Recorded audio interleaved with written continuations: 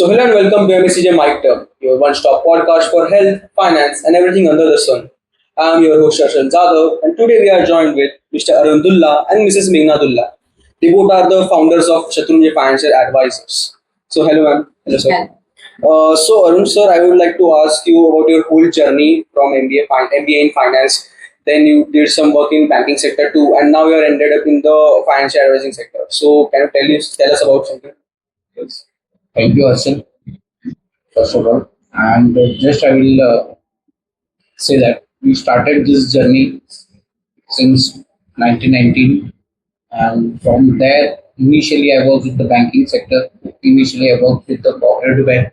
Then, after getting the exposure with the cooperative bank, then I joined with the big bank, that was the HDFC. Then I joined with the ICICI for the last 10 years. I was working with them. Okay. And 2018, I dropped from the ICICI and I started with this business. And before entering into this business, already this business was started by my spouse, that was Meghnadullah. She has started up, okay. And we had this financial advisory since 2007. Okay. So for the last, if you see, 18 years, we are into this industry, and currently we have more than 2,500 happy customers whose dreams have been we have planned and they are successful, as well as 100 plus business owners whose foundations to be done strong. So in that we have helped them with our advice.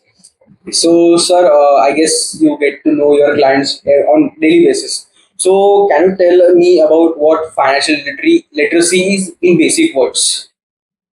Basic, see, in the today's scenario, if I see lot of people are seeing their maximum into the debt. Yeah. So they don't have this culture of the savings, or people they believe very less in the terms of the savings. In our country, if you see, there are a lot of options available. And if you see our forefathers also, they also had the more into the savings than into the debt. But now current scenario has been changed. 80% to 90% of people go for the debt, and only they have, that is the limitation scope for them also. Yeah. So that is the main reason where there is a savings is very less in the people's hand, and they are not able to save. And these are somewhere they make some wrong decisions. Okay. So, ma'am, I would like to ask you also. Most of the people think that insurance is an expense. सबको लगता है कि insurance एक खर्चा है, इनका use नहीं हो पा रहा. So, what would you like to tell them कि what investment in insurance actually is? So basically ऐसे लगता है कि इंश्योरेंस खर्चा है, मगर जब भी हमारे ऊपर आता है कि जब भी वो इंश्योरेंस जब भी जरूरत रहता है तभी मांगने जाते हैं तो मिलता नहीं. अगर यहाँ पे अगर एक एग्जांपल लेते हैं कि अगर हेल्थ इंश्योरेंस है, बीमारी आ गई, बाद में बोलेंगे कि अभी हॉस्पिटल में एडमिट करना है और जाओ कंपनी के पास और बोल रहे हो कि मुझे हेल्थ इंश्योरेंस लेना है तो कंपनी देगी. या लाइफ इंश्योरेंस है, जैसे कैंसर हो गया या कोई बीमारी हो गई और तब बोलोगे कि अभी मुझे इंश्योरेंस लेना है, तभी फिर इंश्योरेंस मिलता नहीं. तो एक्चुअली ये रहता है कि इंश्योरेंस कब लेना है जब कुछ भी नहीं. यहाँ पे और एक छोटा सा एग्जांपल दूंगी कि अगर किसी को बोला जाए कि इंश्योरेंस कब लेना चाहिए, अगर एक गुरु ने शिष्य को पूछा था, एक स्टोरी अगर आपने सुना भी होगा, तो गुरु ने आंसर दिया था कि जब ये हमें पता चले कि हम जाना है तब. अभी वो तो पता नहीं है. इंश्योरेंस लेने का सही वक्त है. ओके. So, सर आपको वी ऑल नो दैट कि right now there is everything is in digital currency. सब लोग जीपे, फोन पे सब चीजें यूज करते हैं. So is there is some kind of concern कि साइबर सिक्योरिटी में कुछ इशू आ सकते हैं. So what can you say about it? Yes, आज की तारीख में ऐसे बहुत सारे ऑप्शंस अवेलेबल है. जैसे अगर आप कॉर्पोरेट केस में भी अगर आप बड़े ट्रांजेक्शन करते हो तो आप उसको भी सिक्योर कर सकते हो. साइबर इंश्योरेंस करके अवेलेबल है प्लेटफॉर्म, और earlier it was only for the corporates. और अभी आज अगर 2025 में अगर बात करें तो आप इंडिविजुअल यूजर्स के लिए भी अवेलेबल है जो जीपे का यूज करते हैं. यंगस्टर्स आज की तारीख में अगर कुछ समोसा वड़ा पाव भी खाना है तो तुरंत जीपे करके पेमेंट करते हैं. और बहुत बार होता है कि उनका मोबाइल से गलत ट्रांजेक्शन हो जाते हैं, तो आप ये ट्रांजेक्शन को भी सिक्योर कर सकते हो. और जिसका कॉस्ट ज्यादा बड़ा नहीं होता है. अगर आपको ₹1,00,000 का भी करना है तो hardly cost 1,000 rupees and can secure करना है. अच्छा, इतना कम कॉस्ट में. यानी कि अगर आप बोलोगे तो आपका एक पिज्जा भी अगर आप ऑर्डर करते हैं एक पार्टी के अंदर तो अप्रोक्सीमेटली 1500 से 2000 चला जाता है। Yes. ये उस कॉस्ट के अंदर आप ये सिक्योर कर सकते हो पूरे साल। I think before talking professionally podcast, sir told me about the pet insurance, new concept of pet insurance. I was personally shocked कि लोग अपने पेट के लिए इंश्योरेंस लेते हैं. So, sir, relatively India में तो एक नया concept है. It is completely a new concept. So, what will you tell to our audience? What particularly pet insurance is? Yes, currently अगर पेट इंश्योरेंस भी अगर देखा तो इंडिया में आज का नया नहीं है, it's near for the last 3-4 years से अवेलेबल है और लिमिटेड कंपनीज के पास ही ये अवेलेबल है प्रोडक्ट। और ये प्रोडक्ट हमेशा क्या होता है, पेट एज अ फैमिली मेंबर हम लोग ट्रीट करते हैं। Yes. तो उसको भी इस सब चीज की जरूरत है और इसके अंदर बेसिकली ज्यादातर केसेस अगर हमने देखे तो क्या होता है कि अगर वो कहीं घूमने लेके गए और बाई चांस अगर उसके वजह से किसी को अगर गलती से उसने बाइट कर लिया या अगर उसके नाखून लग गए और सामने वाले को कुछ तकलीफ हो गई तो ये सारा जो है कॉम्पेंसेशन वो इंश्योरेंस कंपनी के द्वारा मिल सकता है। So I would like to ask you both कि right now people take loans, education loans, home loans, personal loans. So ऐसी कौन सी चीजें हैं जो किसी को लोन लेने से पहले दिमाग में लेनी चाहिए? कौन से फैक्टर्स है जो इसके प्लान करने चाहिए before taking any loan? CB अगर कोई भी अगर आम इंसान है तो मैं तो पहले तो उनको बोलूंगा कि सबसे पहले तो अगर आपके पास अच्छी सेविंग्स उस दिन से कर देनी चाहिए जिस दिन बच्चा पैदा हुआ। उसी दिन से अगर आप उसके एजुकेशन के लिए अगर प्लानिंग करोगे तो जब वो हायर एजुकेशन के लिए जाएगा तो वो जो पीरियड है 15-18 ईयर्स 20 ईयर्स का तो उसके अंदर आपके पास समय मिल जाता है, आप अच्छा खासा फंड जमा कर सकते हो और ये एजुकेशन लोन लेने की जरूरत ना पड़े। लेकिन फिर भी बाई चांस अगर आपने ये गलती कर दी है उसमें सेविंग्स नहीं की और अगर लेना भी पड़े, ठीक है, तो इसके अंदर जहां तक हो सके कम से कम लोन लेना पड़े उसके ऊपर ज्यादा फोकस करना बहुत ही जरूरी है। Okay, and also people take car loans right now. वे बहुत कार जब लेते हैं तो लोन्स पे ही लेते हैं, मोस्टली कोई हार्ड कैश पे लेता नहीं है। सो इज इट वायबल, मतलब यूजफुल है अभी कार लोन्स?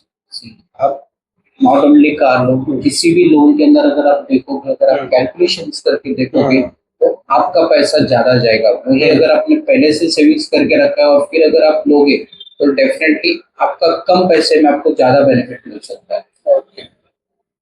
अगर आपने सिंपल अगर एग्जांपल लो, अगर आपने 10 लाख का भी अगर कुछ लोन ले लिया है, अगर पर्सनल लोन हो या कार लोन हो, ठीक है, it will they charge you 8%। अगर मैं 7 to 8 ईयर्स में देखूँ तो नियर अबाउट मेरे पॉकेट से उसकी जो वैल्यू है उससे डबल तो मैं इंटरेस्ट के साथ उनको रिपेमेंट कर देता हूँ। Yes.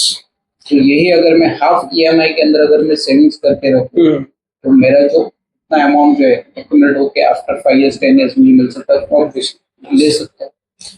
So as you told us right now about the planned loan system, so plan करके लोन लेना, particularly financial literacy के हिसाब से लोन लेना.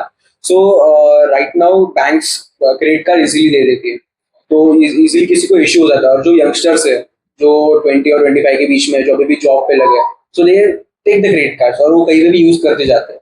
So my question is कि how can young adults avoid falling in this debt के जो पूरा जाल बच जाता है, डेट का ट्रैप बन जाता है, तो उसमें से कैसे बच सकते हैं?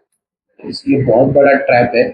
इनिशियली सब लोग को जो यंगस्टर्स है उनको तो बहुत अच्छा लगता है कि भाई मुझे आज फोन लेना है, मैं तुरंत में गया शॉप पे, कार्ड स्वाइप किया, मैंने ले लिया।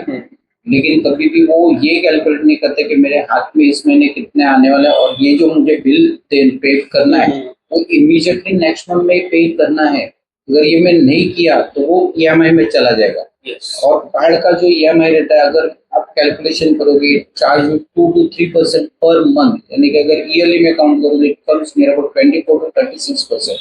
सबसे हाईएस्ट रेट है अगर मैंने डिफॉल्ट कर दिया तो इट्स नॉट एडवाइजेबल कि आप उस तरह से करो। अगर आप ले रहे हो तो प्लानिंग प्रॉपरली करो ताकि आपके जेब में से पैसा ज्यादा न जाए, वरना आप एंड अप करोगे 20,000 का मोबाइल आपको पड़ेगा 60,000। ये चीज ना करें। प्रॉपर प्लानिंग से अगर आप करोगे आपका EMI एक भी बीच में डिफॉल्ट नहीं होना, वरना आपका सिबिल भी खराब होने के चांसेस है इसमें। So ma'am, you are doing so basically credit card है ना, हम लोग भी यूज करते हैं। सो क्रेडिट कार्ड में मेरा ओपिनियन ऐसा रहेगा कि अगर उसको बजट के हिसाब से अगर अच्छे से प्लान करते हैं, जैसे अगर मेरा इनकम है समझो 50,000 रुपए और मुझे पता है कि मेरा 20,000 तक मुझे क्रेडिट कार्ड यूज करना है, उसके ऊपर मुझे नहीं जाना है और मुझे मेरा बिल इस डेट को आएगा, तो इस डेट को मेरे पास 20,000 उसके लिए साइड में होना चाहिए। मगर क्रेडिट कार्ड से और एक भी फायदा होता है कि उसके पॉइंट्स जो मिलते हैं उससे हमें एडिशनल बेनिफिट्स भी मिल सकते हैं।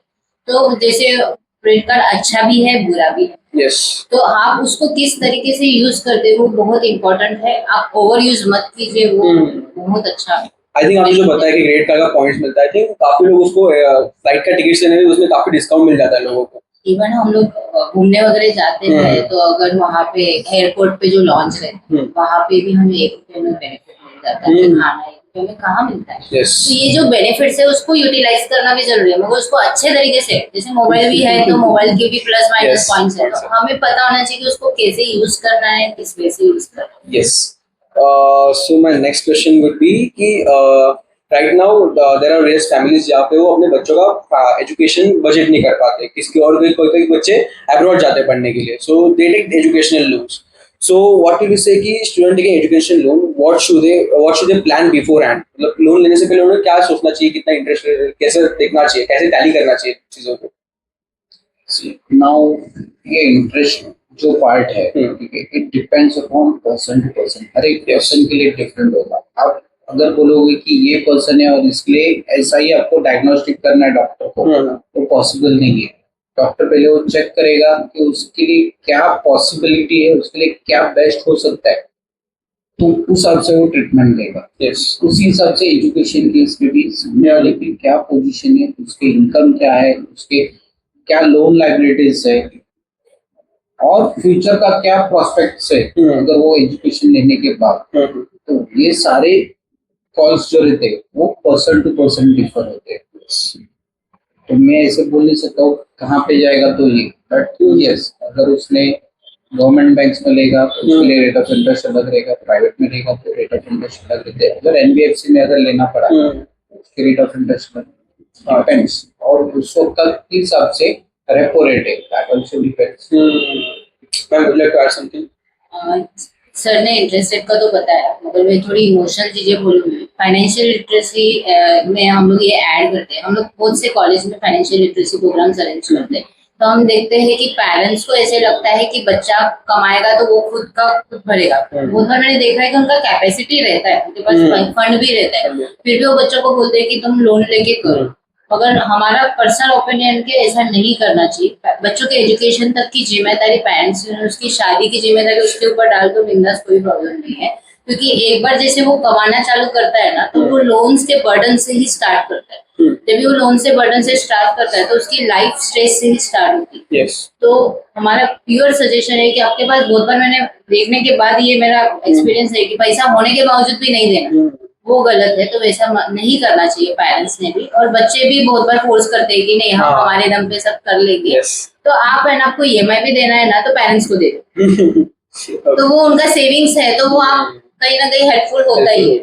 तो ईएमआई के बर्डन से स्टार्ट होने के बाद है ना, समझो एक एग्जांपल लिया कि स्टार्टिंग में सैलरी लाख रुपया भी आया पर मंथ का, तो उसमें 50 to 60,000 जो है ना वो ईएमआई में चला जाता है। बचता 40,000 है, 10 to 12,000 ट्रैवलिंग एक्सपेंसेस में, फिर इसमें बचता एट द एंड 30,000 है। 30,000 में आज अगर नॉर्मल मिडिल क्लास फैमिली है तो घर नहीं चलता। तो लोन ईएमआई स्टार्टिंग से बर्डन नहीं होना चाहिए, मेरा पर्सनल।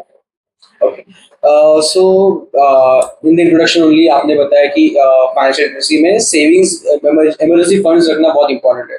सो काफी लोग इमरजेंसी फंड्स नहीं रखते, और कुछ रखते तो उनको पता नहीं रहता कि कितना अमाउंट रखना चाहिए पर मंथ और per year. So can you tell us something? Yes, अभी भी इमरजेंसी फंड के अंदर जो भी आपकी लाइफस्टाइल है उसका एटलीस्ट 1 ईयर का प्रोविजन आपके पास हमेशा अकाउंट में होना चाहिए। बाई चांस ऐसा कुछ हो गया हादसा, बाई चांस अगर आपकी जॉब भी चली गई तो 1 साल का आपके पास बफर है, ताकि आपके घर वालों को परेशानी नहीं हो। या कभी कुछ ऐसी बड़ी बीमारी आ गई और आपने आज तक हेल्थ इंश्योरेंस भी नहीं लिया, तो अगर कुछ प्रोविजंस है तो कहीं ना कहीं ये फैमिली के लिए सपोर्ट होगा। Ma'am, any formula you know about this? तो इमरजेंसी फंड दो टाइप के रहते हैं। Yeah. एक तो कुछ इमरजेंसी आई तो जैसे किसी का शादी आ गया या बड़ा खर्चा आ गया जो लाइफ में आते रहते हैं, चलो कुछ ऐसा लाइट वो चला गया अचानक से, तो ऐसी इमरजेंसी अलग होती है और हेल्थ इमरजेंसी अलग होती है। तो हेल्थ इमरजेंसी के 100% आपको मेडिक्लेम ही करना है। अगर उसमें मैंने देखा है कि ऑफिस के थ्रू इंश्योरेंस रहता है, करके पर्सनल इंश्योरेंस नहीं किया जाता। Yes. तो उसमें भी प्रॉब्लम आता है कि ऑफिस से है तो भी पर्सनल इंश्योरेंस मेडिक्लेम होना चाहिए, क्योंकि कभी एज बढ़ती है और कभी हमने स्विच किया जॉब, तभी ऐसे होता है कि दूसरे जगह पे अगर वो फैसिलिटी मेडिक्लेम फैसिलिटी नहीं और फिर आप इंडिविजुअल मेडिक्लेम के लिए जाते हो तो आपको कुछ बीमारी है जैसे डायबिटीज, बीपी, थायराइड है या एग्जिस्टिंग कोई डिसीज है तो उसके लिए 2 years का वेटिंग आ जाता है। Depends upon the product to product और एज के हिसाब से वेरी होता है। तो ये सब चीजें ध्यान में रखते ऑफिस में मेडिक्लेम होने के बावजूद भी खुद का इमरजेंसी के लिए 5 lakhs का मिनिमम पर्सन मेडिक्लेम भी होना चाहिए। Okay. So एक youth के related question है. So right now there is a trend of investing in stocks and shares.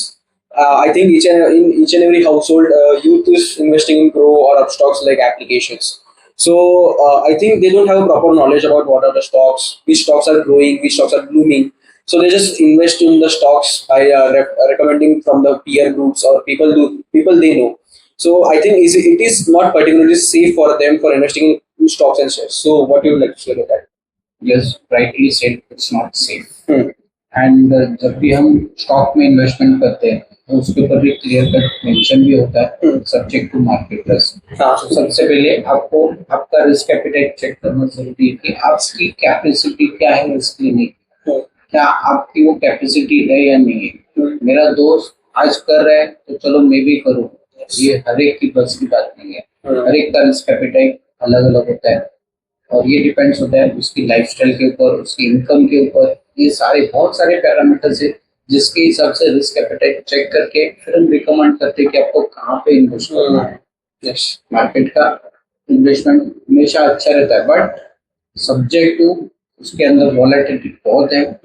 कब अच्छा रिटर्न मिलेगा कब बुरा रिटर्न मिलेगा इसका किसी को कुछ अंदाजा नहीं।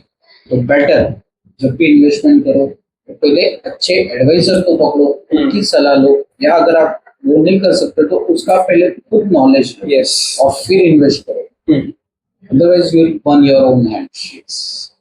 Okay, we're at the end of our podcast. So इसमें मैं हाँ, थोड़ी yes, yes. रिप्लाई देना चाहूंगी कि जैसे हम लोग सेविंग्स करते हैं तो हमें ना कोई भी स्कूल कॉलेज में सिखाया नहीं जाता है, कोई पे भी ऐसा प्रॉपर सब्जेक्ट नहीं है कि हमें कहाँ पे सेविंग है। हमारे जैसे लोग जाते हैं अवेयरनेस के लिए सेशन देते हैं और 30-45 मिनट्स में वो क्या ही याद रहता है। सो बेसिकली इसमें सेविंग्स में इतना ही ध्यान रखना है कि जब भी हम सेव करते हैं तो या तो प्रॉपर नॉलेज लो, स्टडी करो, उसका भी कोर्सेज रहते हैं, या हमारे जैसे कोई एडवाइजर आपके नियर में कांटेक्ट है जो प्रॉपर प्रोफेशनल एडवाइजर रहते हैं। कोई पार्ट टाइम करते हैं, कोई फुल टाइम करते हैं। तो पार्ट टाइम और फुल टाइम में बहुत डिफरेंस होता है क्योंकि फुल टाइम में पूरा एफर्ट्स रेगुलर में हम लोग 3 से 5 लोगों से मिलते हैं। Yes. और हमारा जो 2000 प्लस का जो लोगों ने गलती की है वो गलती आप ना करें, ये हमारा ऑलवेज ध्यान रहता है।